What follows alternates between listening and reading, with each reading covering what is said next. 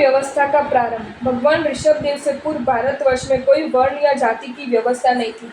भारतीय ग्रंथों में उपलब्ध 4 वर्णों में से 3 वर्णों की उत्पत्ति भगवान ऋषभदेव के समय हुई। जो लोग शारीरिक दृष्टि से शक्ति संपन्न थे उन्हें प्रजा की रक्षा के कार्यों में नियुक्त किया गया और उन्हें क्षत्रिय की संज्ञा दी गई। जो लोग कृषि, पशुपालन एवं वस्तुओं का क्रय विक्रय वितरण आदि का कार्य करते उन लोगों के वर्ग को वैश्य की संज्ञा दी गई। कृषि और मसीह कर्म के अतिरिक्त अन्य कार्य करने वाले लोगों को शूद्र संज्ञा दी गई, जिनमें सेवा तथा सफाई का कार्य था। ब्राह्मण वर्ण की उत्पत्ति सम्राट भरत के शासन में हुई। सम्राट भरत ने धर्म के सतत जागरण के लिए कुछ बुद्धिजीवी व्यक्तियों को चुना जो वक्तृत्व कला में निपुण थे। ब्रह्मचारी रहकर समय समय पर राज्यसभा में तथा अन्य स्थानों में जाकर प्रवचन देना, धार्मिक प्रेरणा देना उनका काम था। ब्रह्मचर्य का पालन करना या ब्रह्मा की चर्चा में लीन रहने के कारण इन्हें ब्राह्मण कहा जाता था। इनकी संख्या सीमित थी और भरत द्वारा निर्धारित थी। इस प्रकार चारों वर्ण की उत्पत्ति ऋषभदेव और सम्राट भरत के समय में ही हो गई थी, किंतु हीनता और उच्चता की भावना उस समय बिल्कुल नहीं थी। सभी अपने अपने कार्य में संतुष्ट थे। वर्ण के नाम पर हीन, उच्च, अस्पृश्य, अस्पृश्य आदि के भाव नहीं थे। विवाह प्रथा। भगवान ऋषभदेव ने काम भावना पर नियंत्रण रखने की दृष्टि से शादी की व्यवस्था प्रचलित की। शादी से पहले का जीवन संयमित बनाए रखना अनिवार्य घोषित किया। लोग पत्नी के अतिरिक्त अन्य सभी के साथ निर्विकार संबंध रखने के आदी हो गए। इसके अतिरिक्त बहन के साथ शादी भी वर्जित कर दी गई।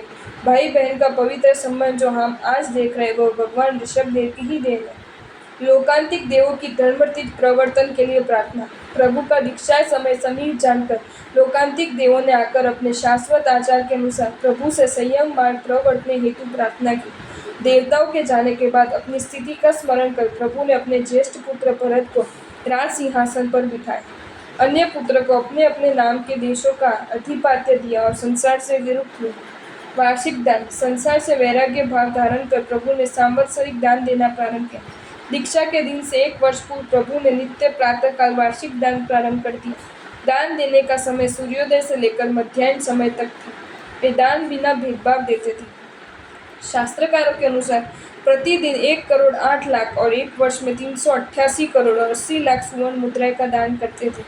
दीक्षा कल्याण। चैत्र वध अष्टमी के दिन भगवान ऋषभदेव विनयता नगरी के मध्य से होकर सिद्धार्थ वन के अंदर अशोक वृक्ष के नीचे स्वयं आभूषण आदि सर्व निकालकर 4 मुष्टि लोच करते। उस समय 5वीं मुष्टि के केश उनके स्वर्णिम देह के पृष्ठ भाग पर यानी दोनों स्कंदों पर बिखरे हुए देखकर इंद्र महाराज ने प्रार्थना की कि हे भगवान, ये बाल सुंदर लगते हैं, इसके लिए इनको इसी तरह रहने दीजिए। इंद्र का वचन मानकर प्रभु ने उन केशों का लोच नहीं किया।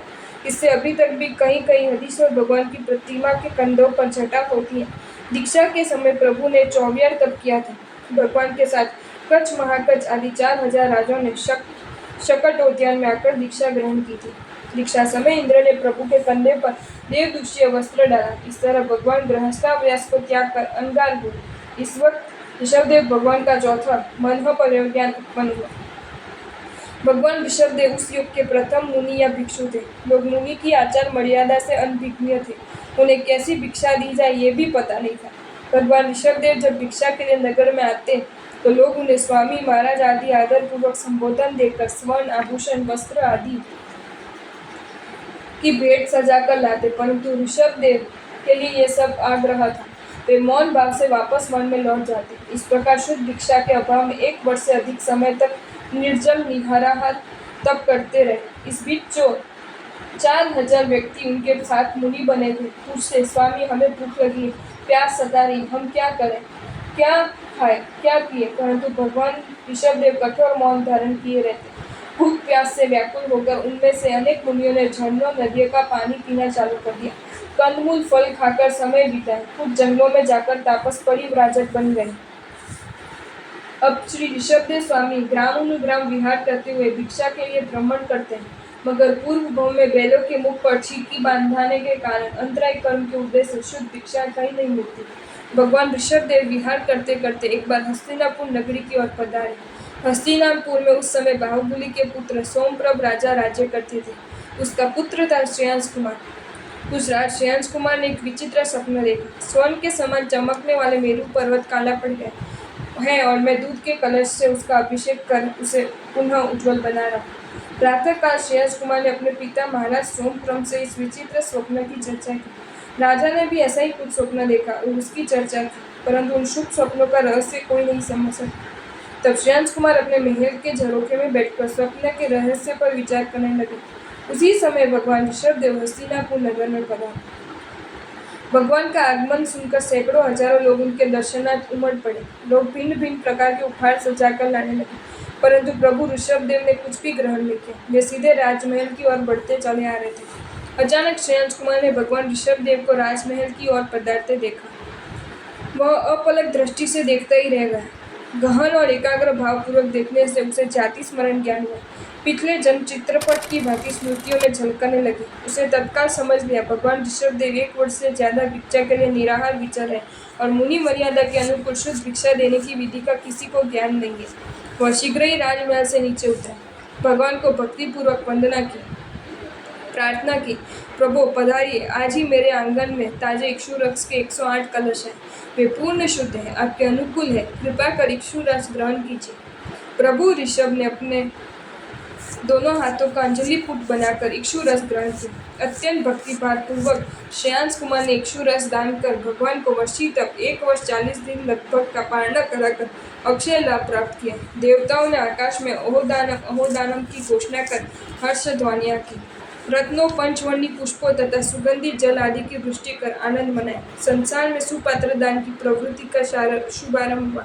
इस पुनीत स्मृति में यह वैशाख शुक्ल तृतीया का दिन अक्षय तृतीया के नाम से पर्व के रूप में मनाया जाने लगा।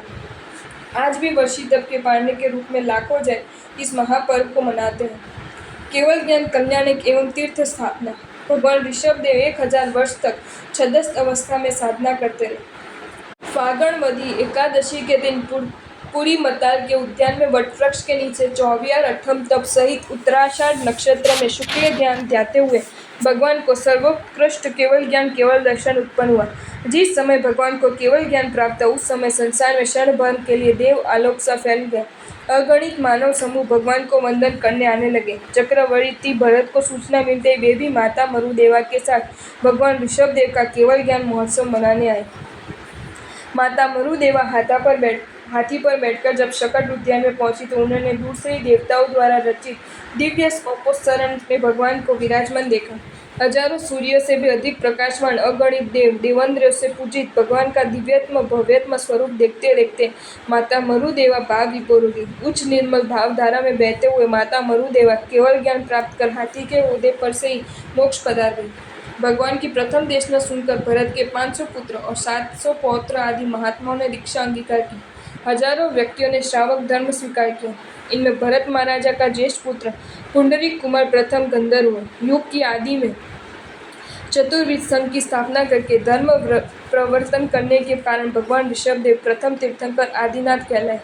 निर्वाण कल्याणक। भगवान ऋषभदेव 20 लाख पूर्व वर्ष कुमार अवस्था में, 63 लाख पूर्व राज्य अवस्था में, 1000 वर्ष छदस्थ अवस्था में, 1000 वर्ष कम 1 लाख पूर्व वर्ष केवली अवस्था में रहे, यानी संपूर्ण 1 लाख पूर्व वर्ष चारित्र पालकर 84 लाख पूर्व वर्ष की आयुष्य पूर्ण कर, अर्थात घाती अघाती कर्मों का क्षय कर इस अवसर्पिणी के सुखम दुखम नामक तीसरे आर्य के 3 वर्ष 8.5 महीने शेष रहने पर माघ बदी 13 के दिन अष्टापद पर्वत पर 10,000 मुनियों से 6 उपवास युक्त अभिजीत नक्षत्र में पद्मासन में विराजमान रहकर मोक्ष पधारे। स्वधर्म स्वर्ग के अधिपति इंद्र आदि असंख्य देवों तथा भरत चक्रवर्ती आदि मानवों ने मिलकर भगवान ऋषभदेव तथा अन्य मुनियों का निर्वाण कल्याणक मनाया।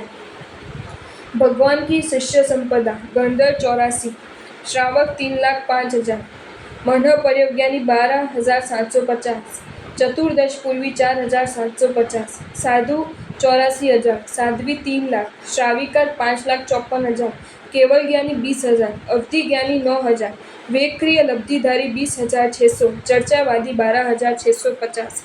एक झलक।